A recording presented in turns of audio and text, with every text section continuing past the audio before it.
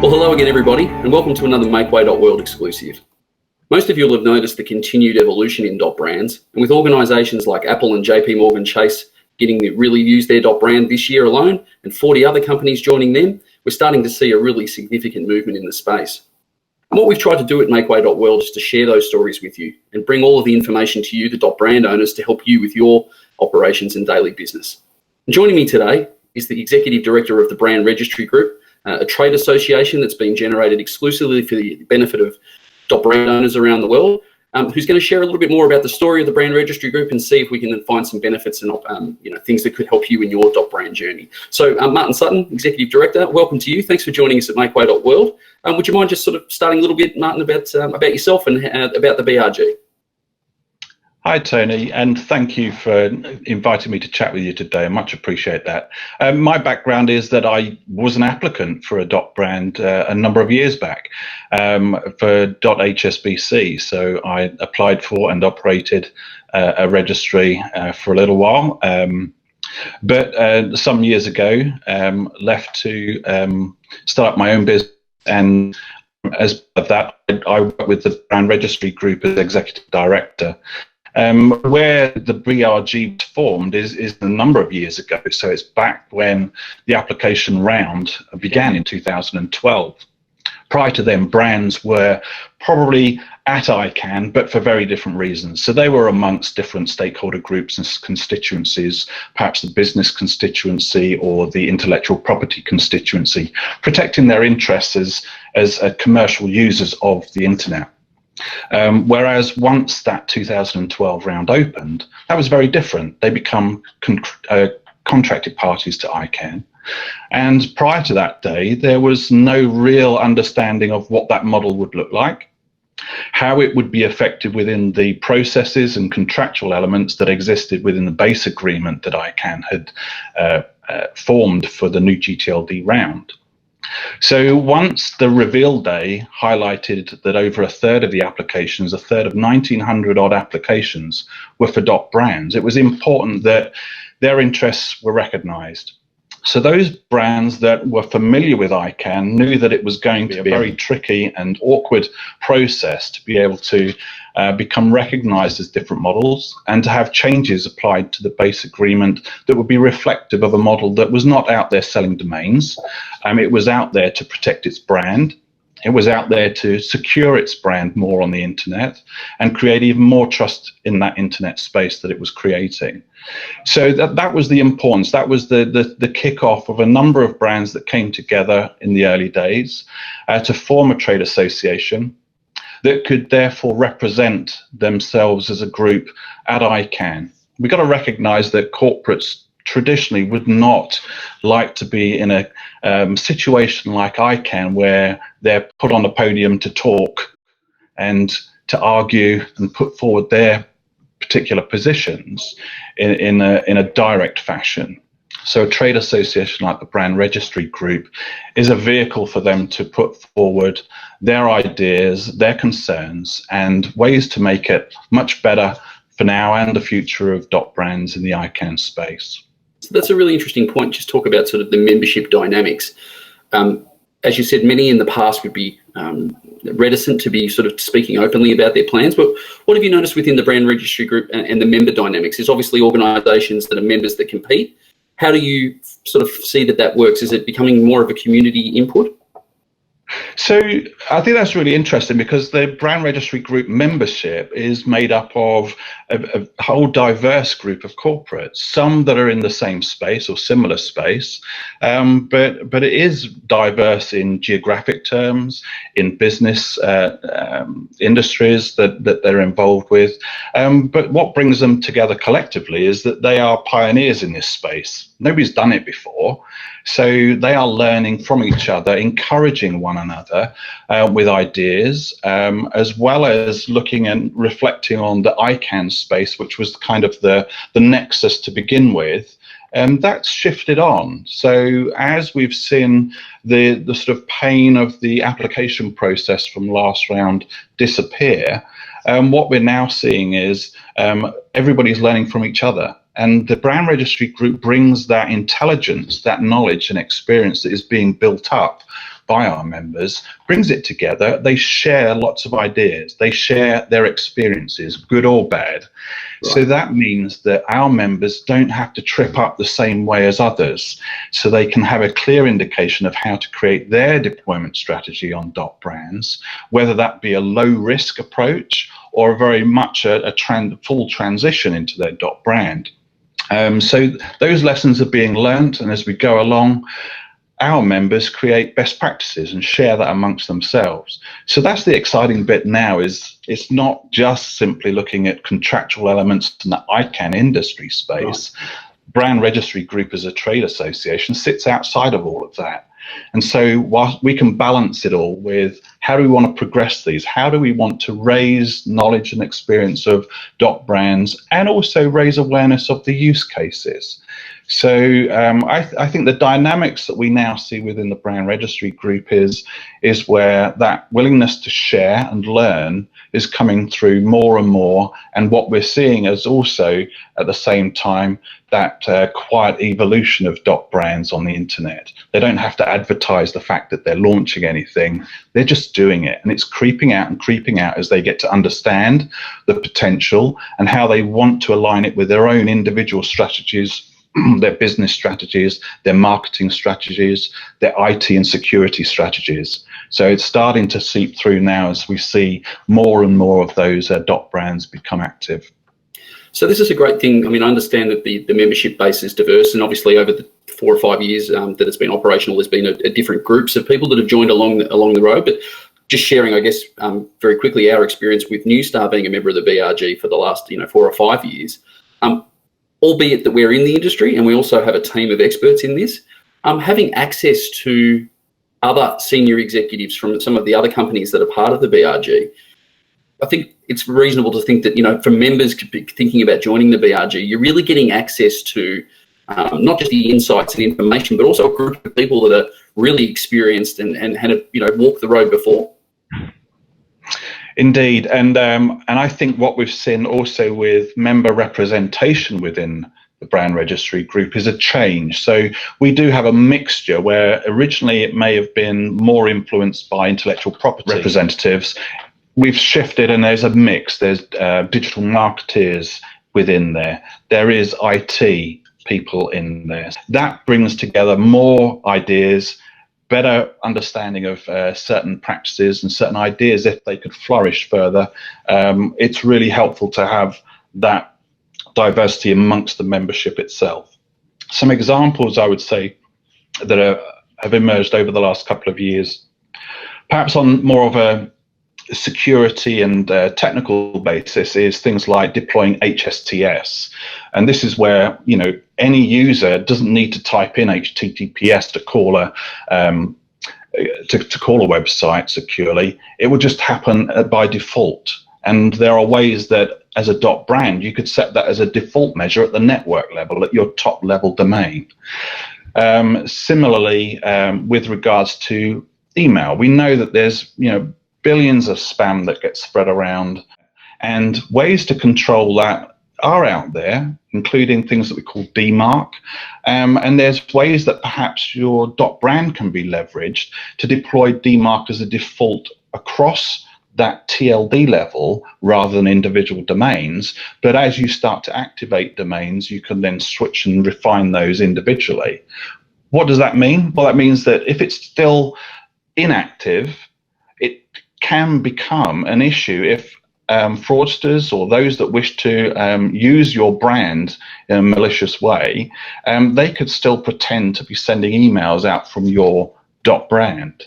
But by simply putting a reference within the zone file for DMARC, at the top level, you could actually have that as default, that no, ISPs don't treat any of our emails that you're seeing as legitimate because we're not sending any.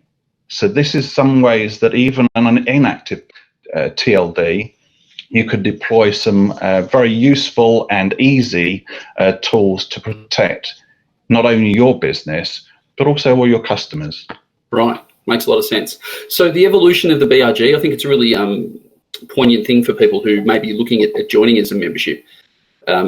There was a very heavy IP focus and a contractual focus over the first few years. You mentioned the specification 13 and helping brands to represent themselves and as an association to ICANN. Let's skip forward to now. You're already touching upon technical security elements that are helping with brands. What else can members expect if they become part of the BRG in addition to that expertise? Yeah, thanks, Tony. I think it's important to realise that, ICANN is still a substantive part of the work, and it's a matter of monitoring activities in there, having a say in those that are important. So we've got to recognise that policy is developed there, and as a contracted party, it's important that there is representation for .brand. So for our members, we can go in there and talk about things that we want to be seen changed.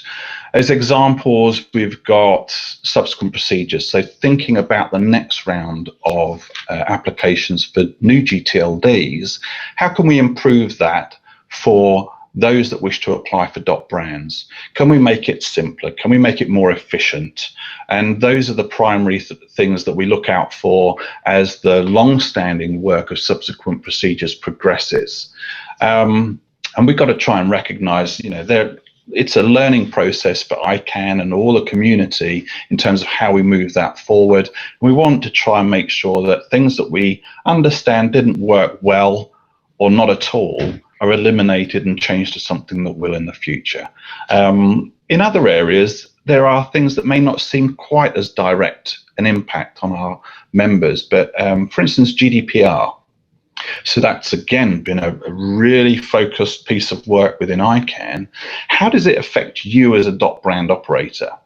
Because essentially you're not worried about putting any personal information out on who is. That's the limit of it all, because you're putting your corporate information out there. So typically you want people to understand that this is your space, it is a trusted space, and we don't really want anything then that impacts upon that. Now, with the way that GDPR has been reviewed, assessed, and then policy changes made within ICANN, we've got to make sure that that doesn't obscure things for .brands. We want to make sure we're still labelled effectively, people can understand what we are, that it's trusted, it's legitimate, and we don't want that messed up, essentially.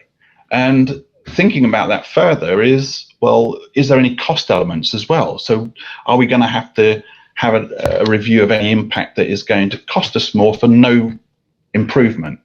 And so getting those balances right is also key to it, but it's perhaps not an area that our members would typically focus on. They can leave something like that to the Brand Registry Group to monitor, review, comment on. So similarly with anything that goes through the ICANN space, we will monitor what is going to impact or potentially impact our members and think about ways that we can interact and comment in relation to that. Now, we do that in a number of ways. So it's not just us as a trade association from outside ICANN trying to speak into the ICANN world. We're actually what we call an associate member of the registry stakeholder group. So we are a voting member within that stakeholder group. So that gives us a stronger representation for our members within that space.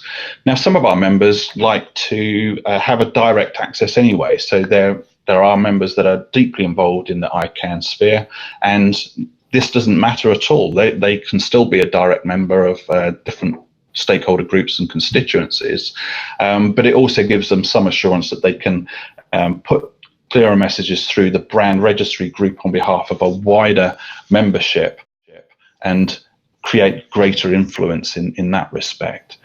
So those, I think, are important elements to bear in mind. In fact, we work with the registry stakeholder group to create the associate membership criteria so that we could have stronger representation within ICANN, and we were the first to be adopted under that membership criteria. Right. So I've got a little bit of access to expertise. I'm working together as a group, and I'm learning and becoming part of that community. I guess in a quick summary, for people who are interested and on the fence at the moment, why join the BRG? Well, I think I'll go back to key items here is that it is a great networking area. So you're going to mix with peers that you're going to be sharing the same joy and the same pain. So to have that familiarity and a place to go that you can talk openly and understand each other and understand the sensitivities, not within the ICANN space, but more so within the internal corporate world. These are really big challenges. So those that have been pioneers in this space have not found it easy to do by any means. These are a lot of global corporate brands that have relied on an internet distribution through legacy TLDs, through the CCTLDs environment. So they've already invested heavily across the domain industry, and they've created value in all of that. Now they've got something else, another tool set, another platform that they can interact with and integrate into their overall portfolio and abilities to deal with things differently.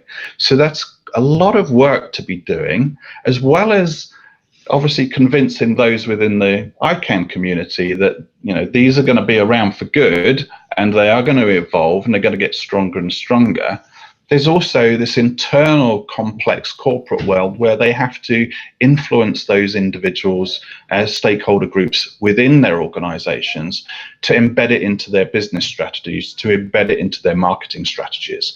When that gets done, we've seen them flourish. So we've seen the likes of BNP Paribas, Leclerc, SNCF, flourish already for a number of years, and particularly SNCF last year, where they've got users to adopt the .brand space very quickly, very efficiently, with great communication and a reward for them doing it in that they have a better data set that they are now using, the flexibility and choice through their own .brand to use it, and you know, on the back of all that, there's always that element where they're better control, they've got better security, and overall that means better trust.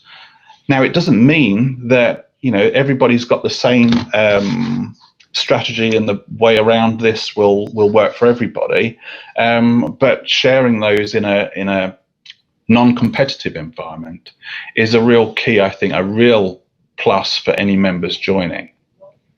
Besides all of that, there is the mundane bits, which is policy development. It's slow, it's hard, difficult work that they don't need to rely on doing it themselves. And typically, this is not their core business. Right. So they're not going to spend a lot of time and effort putting people into meetings at ICANN, and it's not just the 3 meetings a year, it's their weekly meetings that go on for all the policy development work.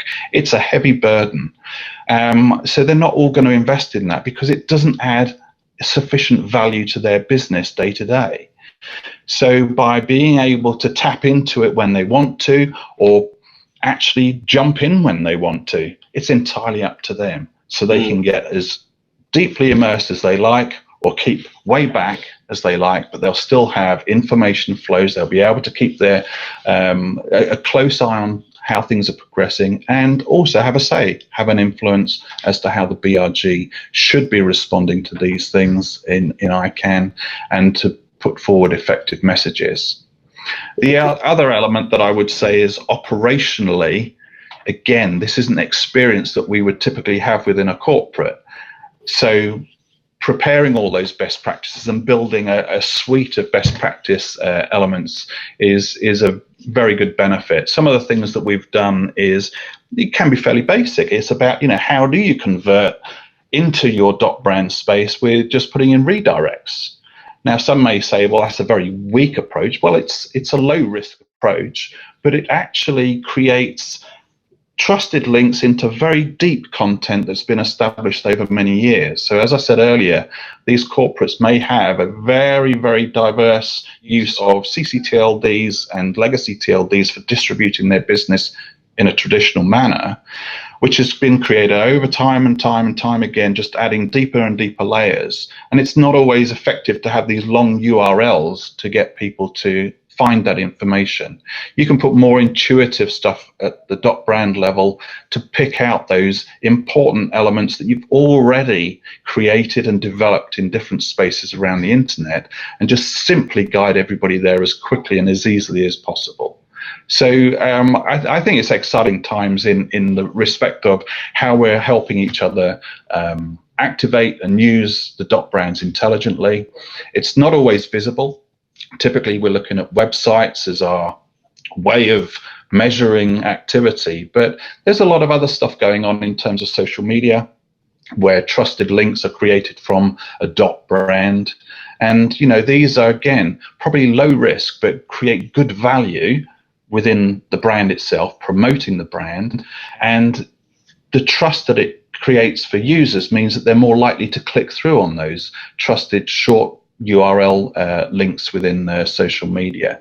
So that these are all different ways and that can be used, and the BRG can be used by BRG members that access that information and can go back more confidently to their organization to say, hey, I think we've got some ideas here that we could probably use as a starting point, at least, to get used to using our .brand and testing it out and build up a stronger strategy for the next few years' deployment.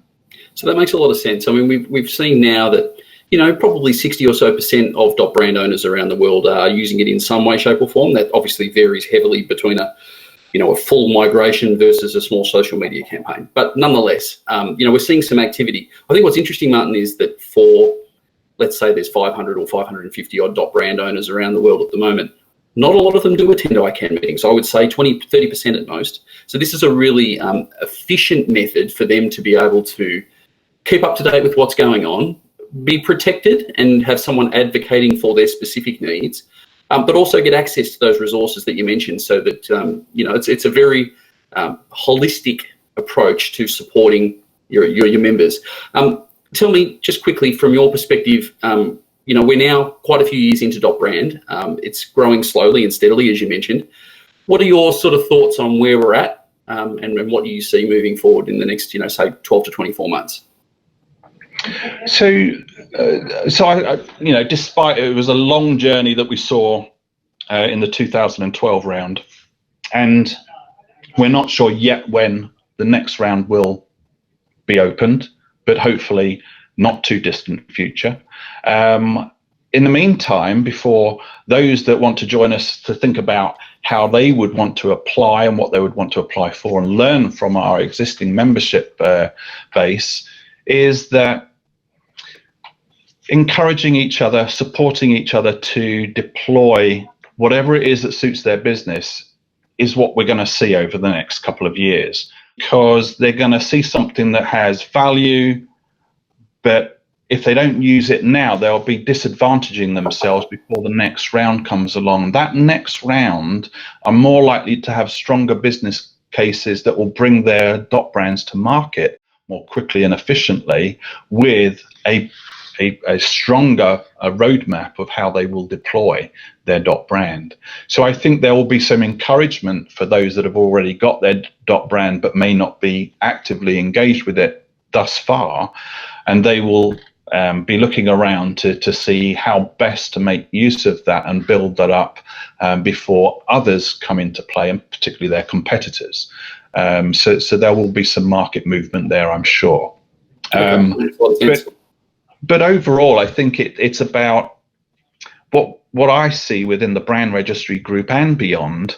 And I've talked to brands in Latin America, in Asia, groups together, and basically they want to learn from one another. They want that kind of support and assurance from each other, that they are doing the right thing and going down the right path. So they want to be able to ask questions, challenge, or be challenged, so that they are more confident in going back within their organization and saying, this is it, this is how we're going to do this deployment, and they'll be armed with much more ammunition, if you like, to say this is a strong and tested way that we can go forward, and it's going to be good for our business. Right.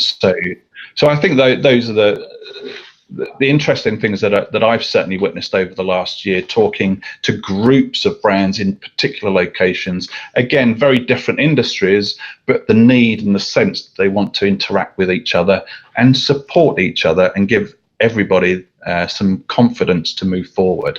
Right. As I asserted to earlier, this is not easy. It is very difficult. If you're going to shift everybody from different domain names that they've been distributed before in your business to one new .brand domain, that's a huge effort to it, and it's a costly task. So there's got to be a good case behind it, and the motivation and willingness for executives to deploy it. And we've seen that with Canon and others that have started to use, Neustar as well. To use their .brands as an email is a hard work to do, but once they've done it, they can see some rewards coming through, and building up their brand in a different way is very appealing. And certainly for those that may not want to go to that leap of deploying email for all of their staff around the globe, there is the potential just to use it for marketing emails. So again, you're reinforcing your brand. You can apply lots more control and security elements around that and use that effectively as a platform for your marketing. All right, so let's just talk very quickly about collaboration. I think that's going to be the key here. We have within the BRG sort of monthly and regular meetings, but I know later this year you're bringing other .brands and around at the ICANN meeting in Toronto. You want to just share a little bit more about the collaboration approach you're doing with brands and domains? Yeah, so this is something that we've been very keen on pushing, and in ICANN it's evolved as more of an awareness set of sessions that we do very regularly at the ICANN meetings to say what's going on, because unless you go out and look for particular changes in the .brand market, you're not going to see it. Unless you're a customer of one of those brands that is active, you're not probably going to see it. So what we do is raise awareness and make sure people are aware that this is an evolution of .brands going on, and this is how they're being used, and we bring that to a wider community. What we want to do, and what we've done certainly last year and on a smaller scale previously, is to look at creating events where we can bring in not just our members but other .brands and brands that want to think about applying in the future, to come together and share their experiences. And this we did in 2018 at the end of one of the ICANN meetings, and it worked really effectively. There was a lot of appreciation of the work involved by individuals of organizations that have been the sort of leadership of their .brand within their organization, and that I think was really encouraging. So we want to do more of that. So we've got a Brands and Domains 2019 event in Montreal. So that's on the 7th of November, which ties in with the last day of the ICANN meeting. So hopefully that attracts not only people that would typically go to ICANN, but those that might want to come along to Brands and Domains and find out more about brands, but go and put their toe into ICANN and just have a look, see what this is all about. Again, most brands are reluctant to get into the ICANN world because it looks very difficult, complex, and can absorb huge amounts of time. But by doing this, something like this in Montreal, we hope that it gives opportunities for them to go and meet people that do attend and get involved within ICANN, as well as see the different aspect outside of policy work, which is what is being done, what innovation is starting to occur on .brands, and how can that be captured and harnessed by corporates and brands within their digital landscape. So we're looking forward to that, and we welcome those that want to come along. There will be information posted already, I think, and marketed out there over the coming weeks and months, and they'll find that out on our website as well at the Right, Brand. so that was my next question. Where can we find all of this information for the Brand Registry Group, and obviously for Brands and Domains as the conference? Well, there's a lot of information on the Brand Registry Group website, which is brandregistrygroup.org. And within there, you'll see all the information and registration details for brands and domains. So please go and have a look, see. And if anybody needs any information, they are free to email on info@brandregistrygroup.org. Excellent. Well, Martin, that's incredibly thorough. I think for current members, but in particular for prospective members who have a brand, the ability to be able to access information and expertise, be part of a community, collaborate, all of the things that you referred to, as well as be part of a group that is being represented in that challenging ICANN environment, I think is something that we found very valuable at Neustar. I know a lot of our clients that have looked at it have also found it very valuable. So thanks for sharing, a lot about the BRG. Was it really, insightful, and really best of luck for the Brands and Domains Conference in November. Thank you, Tony. I much appreciate our chat today, and any further information and any help that I can give, I'll be happy to do so. I'll be at regular ICANN meetings, so if anybody wants to track me down there, I'll be very happy to talk to them. Fantastic. Well, thanks again, Martin Sutton, the Executive Director of the Brand Registry Group. Stay tuned for more amazing opportunities to share content and brand stories with you around the world. And from now, from MakeWay.World, it's goodbye for now.